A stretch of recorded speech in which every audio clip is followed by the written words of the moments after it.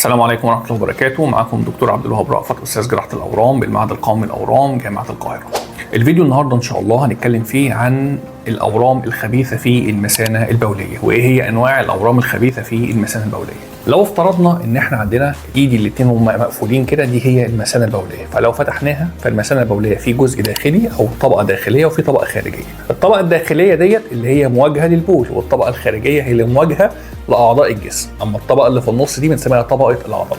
فلو الورم داخل في الطبقة الداخلية من المثانة البولية فده بنسميه ورم سطحي في المثانة البولية.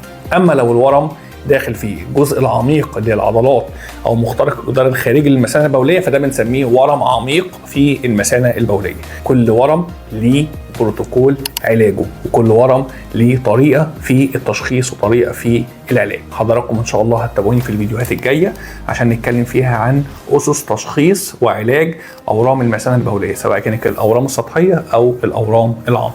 وربنا يتمم شفاكم على خير ان شاء الله.